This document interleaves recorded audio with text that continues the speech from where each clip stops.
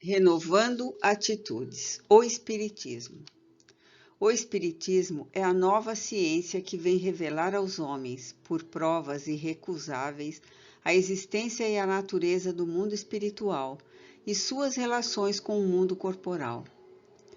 Ele nos mostra não mais como uma coisa sobrenatural, mas ao contrário, como uma das forças vivas e incessantes ativas da natureza.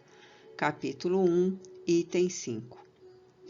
Uma visão sobre a vida maior renasce no século XIX, na França.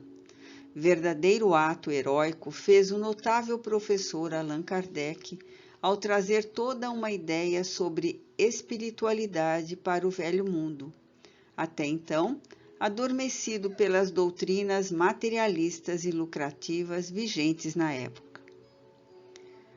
O Estado e as classes sociais dominadoras transformavam os interesses de alguns em necessidades de todos.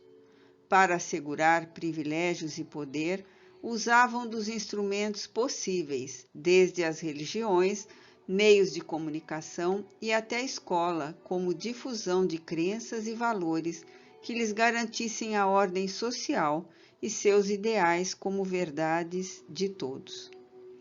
A religião, como instituição sagrada, se convertia em instrumento e, ao mesmo tempo, vítima do processo.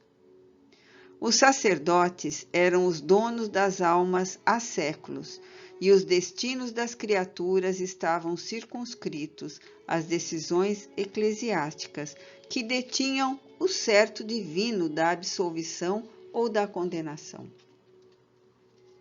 Acreditava-se que as consciências não tinham estrutura de fato para fazer avaliações sobre o certo e o errado.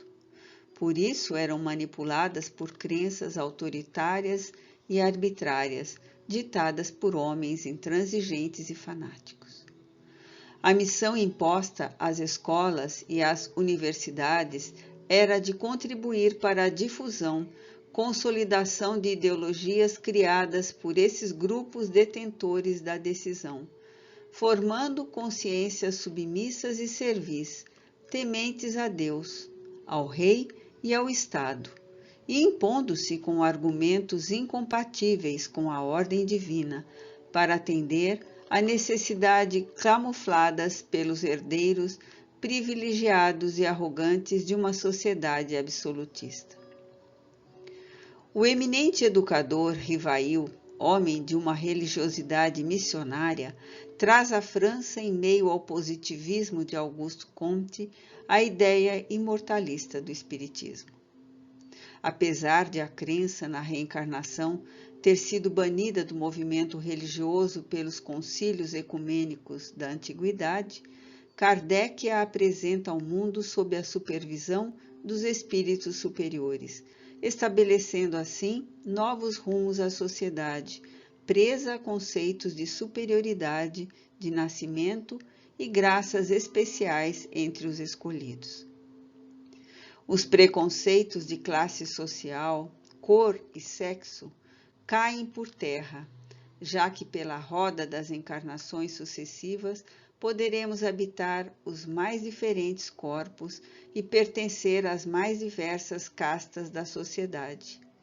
A família patriarcal e possessiva já não tem razão de ser, e a servidão da mulher toma conotação de crença despótica e machista. Faz-se, então, uma verdadeira revolução nos costumes medievais que ainda vigoravam na época a qual encontra consideração por parte de alguns pela lógica e discernimento da vida como um todo, e oposição sistemática por parte de outros, pelo grau de imaturidade psicológica deles e por mexer em valores íntimos de convencionalismo e superstição arraigados em suas consciências através dos tempos.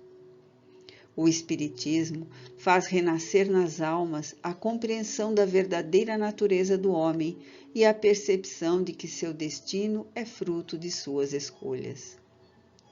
Imortalidade da alma e vidas sucessivas são algumas das bases sólidas que abalaram os alicerces de toda uma coletividade estruturada numa visão distorcida da verdade universal.